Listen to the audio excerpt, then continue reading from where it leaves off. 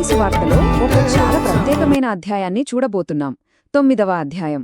ఇది కేవలం ఒక్క అధ్యాయమే అయినా దీనిలో అద్భుతాలు, వివాదాలు, ఇంకా యేసు యొక్క అసలు లక్ష్యం ఏంటో మనకు స్పష్టంగా కనిపిస్తుంది. ఒక్కసారి ఆలోచించండి. ఒకే ఒక్క అధ్యాయం, కాని దాంట్లో డజన్నుకు పైగా సంఘటనలు ఉన్నాయి. ప్రతి సంఘటన యేసు పరిచర్యలోని వేగాన్ని, శక్తిని, ఇంకా దాని వెనుకున్న ఉద్దేశాన్ని మనకు చూపిస్తుంది. పదండి, వీటిని మనం ఒక్కొక్కటిగా లోతుగా చూద్దాం. సరే, మరి మొదలు పెడదామా? మనం మొదటగా చూసేది పాపాలను క్షమించే అధికారం గురించి. ఇది కేవలం ఒకరిని బాగుచేయడం గురించి కాదు, అంతకంటే చాలా పెద్దదైన ఒక వివాదాస్పదమైన దైవికాధికారం గురించి. ఇక్కడ జరిగిన కథ చాలా ఆసక్తికరంగా ఉంటుంది. చూడండి, పక్షవాయువుతో బాధపడుతున్న ఒక వ్యక్తిని అతని స్నేహితులు యేసు దగ్గరికి తీసుకొస్తారు. అయితే యేసు అతన్ని వెంటనే స్వస్థపరచలేదు. బదులుగా ఆయనేమన్నారంటే, నీ పాపములు క్షమించబడ్డాయి. ఆ మాట అక్కడున్న మతపెద్దలకు అస్సలు నచ్చలేదు. వాళ్ల ప్రకారం దేవుడు తప్ప ఇంకెవ్వరూ పాపాల్ని క్షమించలేరు.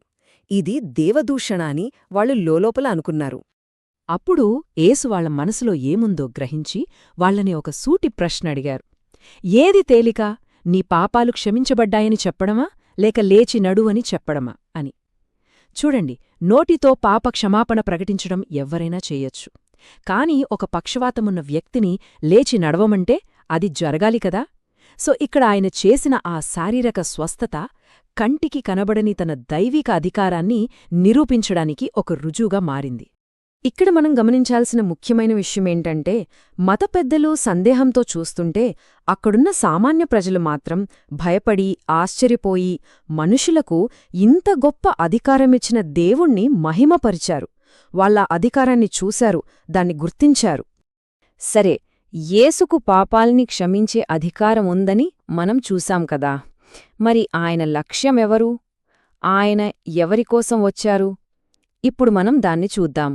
సమాజాన్నే ఆశ్చర్యపరిచిన ఒక పిలుపుతో ఈ భాగం మొదలవుతుంది. ఆ రోజుల్లో సుంకరీ అంటే పన్ను వసూలు చేసేవాడు. వాళ్లను జనాలెలా చూసేవారంటే వాళ్లు అవినీతిపరులు, రోమన్లకు తొత్తులుగా పనిచేసేవాళ్లు అని. అందుకే వాళ్లని సామాజికంగా, మతపరంగా వెలివేసేవారు. అలాంటి ఒక సుంకరి అయిన మత్తయిని యేసు తన శిష్యుడిగా పిలవడమనేది అది మామూలు విషయం కాదు. అదొక పెద్ద సంచలనం. సమాజం వద్దనుకున్న వాళ్లని ఆయన దగ్గరకు తీసుకుంటున్నారని చెప్పే ఒక శక్తివంతమైన సంకేతమది. మత్తయిని పిలిచిన వెంటనే ఏం జరిగిందో చూడండి. యేసు మేరుగా మత్తయి ఇంటికి వెళ్లి అక్కడ ఎంతోమంది సుంకరులతో, సమాజం పాపులు అని ముద్రవేసిన వాళ్లతో కలిసి భోజనం చేస్తున్నారు. పెద్ద పెద్ద గౌరవనీయులతో కాదు, ఈ వెలివేయబడిన వాళ్లతో. ఇది చూసిన పరిసయ్యులకు అస్సలు నచ్చలేదు. వాళ్లు వెంటనే విమర్శించటం మొదలుపెట్టారు. ఆ విమర్శలకు యేసు ఇచ్చిన సమాధానమేది ఆయన పరిచర్యకే ఒక నిర్వచనంలా ఉంటుంది. ఆయనేమన్నారంటే, ఆరోగ్యంగా ఉన్నవాళ్లకి డాక్టర్ అవసరం లేదు, రోగులకే కావాలి. నేను నీతిమంతుల్ని పిలవడానికి రాలేదు, పాపులనే పిలవడానికి వచ్చాను అని. ఎంత అద్భుతంగా చెప్పారో చూడండి. డాక్టర్ ఎలాగైతే రోగుల దగ్గరికి వెళ్తాడో అలాగే తను ఆధ్యాత్మికంగా బలహీనంగా ఉన్నవాళ్లకోసమే వచ్చానని ఆయన స్పష్టం చేశారు. సరే, ఈ కొత్త లక్ష్యం వచ్చింది కదా, దాంతోపాటే ఒక కొత్త ఆలోచన విధానం కూడా వచ్చింది. ఇది పాత మతపరమైన పద్ధతులని, సంప్రదాయాలని ప్రశ్నించింది. దానికి ఒక మంచి ఉదాహరణ ఉపవాసం గురించిన చర్చ. ఇప్పుడు యోహాను శిష్యులు వచ్చి యేసుని ఒక ప్రశ్న అడుగుతున్నారు. మేము పరిసయ్యులు, మేమంతా తరచుగా ఉపవాసముంటాం, కాని మీ శిష్యులు ఎందుకుండట్లేదు అని. వాళ్ళకి అది అర్థం కాలేదు. దీనికి యేసు చెప్పిన సమాధానం చాలా లోతైన ఒక సత్యాన్ని మనకు తెలియజేస్తుంది. యేసు వాళ్లకు నేరుగా జవాబు చెప్పకుండా కొన్ని ఉపమానాలు చెప్పారు. చూడండి, పాత బట్టకి కొత్త అతుకు వెయ్యకూడదు, అది చిరిగిపోతుంది. అలాగే పాత తోలు తిత్తులలో కొత్త ద్రాక్షారసం పోయకూడదు, తిత్తులు పగిలిపోతాయి. దీని అర్థమేంటంటే, యేసు తీసుకొచ్చిన ఈ కొత్త బోధ, ఈ కొత్త సందేశం అదొక శక్తివంతమైన కొత్త ద్రాక్షారసం లాంటిది. దాన్ని పాతకాలపు కఠినమైన నియమ నిబంధనలనే పాత తిత్తులలో ఇమడ్జలేరు. దానికొక కొత్త విధానం కావాలి. ఇప్పటివరకు చూసినవి ఒక ఎత్తైతే, ఇప్పుడు మనం చూడబోయేది ఈ అధ్యాయంలోనే అత్యంత నాటకీయమైన సంఘటన: మరణం మీద అధికారం. ఇక్కడ ఒకదానితో ఒకటి ముడిపడి ఉన్న రెండు అద్భుతాల్లో విశ్వాసం ఎంత కీలకపాత్ర పోషించిందో మనం చూస్తాం. 12 సంవత్సరాలు. ఒక్కసారి ఊహించండి, ఒక స్త్రీ 12 ఏళ్లుగా రక్తస్రావంతో బాధపడుతుంది. అంటే ఆమె ఆరోగ్యపరంగానే కాదు, సామాజికంగా కూడా వెలివేయబడింది. అలాంటి ఆమె యేసు ఒక అధికారి కూతుర్ని బాగుచేయడానికి వెళ్తున్న దారిలో ఎంతో ధైర్యం చేసి విశ్వాసంతో ఆయన దగ్గరకొస్తుంది. ఆ 12 అనే సంఖ్య ఆమె పడిన వేదన ఎంత తీవ్రమైనదో మనకు చూపిస్తుంది. ఆమె అందరికీ తెలియకుండా రహస్యంగా వచ్చి ఆయన వస్త్రాన్ని మాత్రమే తాకింది. వెంటనే ఆమెకు స్వస్థత కలిగింది. అప్పుడు యేసు ఆమెతో ఏమన్నారంటే, కుమారీ, ధైర్యంగా ఉండు, నీ విశ్వాసమే నిన్ను బాగుచేసింది అని. గమనించండి, ఆయన తన శక్తి గురించి చెప్పట్లేదు. ఆమె స్వస్థతకు కారణం ఆమె విశ్వాసమే అని చెప్తున్నారు. ఆ నమ్మకమే ఆమెను బాగుచేసింది. ఇక ఆయన ఆ అధికారి ఇంటికి చేరుకున్నారు. అక్కడ వాతావరణం ఎలా ఉందంటే, అంతా ఏడుస్తున్నారు, దుఃఖంలో ఉన్నారు.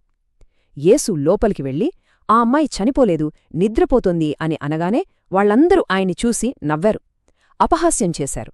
ఎందుకంటే ఆ అమ్మాయి చనిపోయిందని వాళ్లందరికీ తెలుసు. ఇది ఆ క్షణం యొక్క తీవ్రతను ఇంకా పెంచుతుంది. ఆ గందరగోళం, ఆ అపహాస్యం మధ్యలో యేసు చాలా సింపుల్గా ఆ పాప చేతిని పట్టుకున్నారు. అంతే, ఆ చిన్నది లేచి కూర్చుంది. ఒకే ఒక్క స్పర్శతో మరణంపై తన అధికారాన్ని ఆయన చూపించారు. సరే, ఇక మనం ఈ అధ్యాయం ముగింపు వైపొచ్చేస్తున్నాం. ఇక్కడ వరుసగా కొన్ని స్వస్థతలు జరుగుతాయి. ఇవన్నీ కలిసి అసలు యేసును నడిపిస్తున్న ప్రేరణ ఏంటి అని ఒక ముఖ్యమైన ప్రకటనకు దారితీస్తాయి. ఇక్కడ ఒకదాని తర్వాత ఒకటి అద్భుతాలు జరిగిపోతున్నాయి. ఆయనను వెంబడించిన 2 గుడ్డివాళ్లకు చూపు వచ్చింది. దయ్యం పట్టిన ఒక మూగవాడికి మాటలొచ్చాయి. ఇవన్నీ చూసిన జనాలు ఆశ్చర్యపోయి, ఇశ్రాయేల్లో ఇలాంటిది ఎప్పుడూ చూడలేదు అని అనుకుంటున్నారు. కాని మరోవైపు పరిసయ్యులేం చెప్తున్నారు? ఇతను దయ్యాల అధిపతి సహాయంతోనే ఇవన్నీ చేస్తున్నాడు అని ఆయన మీద వ్యతిరేకతను చూపిస్తున్నారు. సో ఆ విభజన స్పష్టంగా కనిపిస్తోంది. మరి ఎంత శక్తి, ఇన్ని అద్భుతాలు, వీటన్నింటి వెనక ఉన్న అసలు కారణమేంటి? అధికారాన్ని ప్రదర్శించడమా? కాదు. ఈ వచనం మనకు ఆ జవాబు ఇస్తుంది. ఆయన ఆ ప్రజల సమూహాలను చూసినప్పుడు వాళ్లు కాపరి లేని గొర్రెలలా దిక్కుతోచని స్థితిలో నిస్సహాయంగా ఉండటం చూసి ఆయన హృదయం కరుణతో నిండిపోయింది. ఆ కరుణే ఆయన్ని నడిపించింది. ఆ పరిస్థితిని చూసి యేసు ఒక వ్యవసాయ సంబంధిత ఉపమానం వాడారు. కోత విస్తారంగా ఉంది, కానీ పనివాళ్లు చాలా తక్కువగా ఉన్నారు అని. అంటే ప్రపంచంలో ఆధ్యాత్మికంగా సహాయం అవసరమైన వాళ్లు ఎంతోమందున్నారో, కాని ఆ పని చేయడానికి ముందుకొచ్చేవాళ్లు చాలా తక్కువ. మనం ఈ విశ్లేషణను ఈ ఒక్క ప్రశ్నతో ముగిద్దాం. మత్తయి 9వ అధ్యాయం అంతా యేసు యొక్క లక్ష్యమేంటో మనకు స్పష్టంగా చూపించింది. అది అధికారంతో, కరుణతో, సమాజం వెలివేసిన వారిని చేర్చుకోవడంతో నిండి ఉంది. ఆయన కోత విస్తారమని చెప్పారు. మరి ఆ కోతకు పనివారుగా ఉండడమంటే అసలర్థమేమిటి? ఇది మనం ఆలోచించాల్సిన ప్రశ్న. నిన్నా నేడు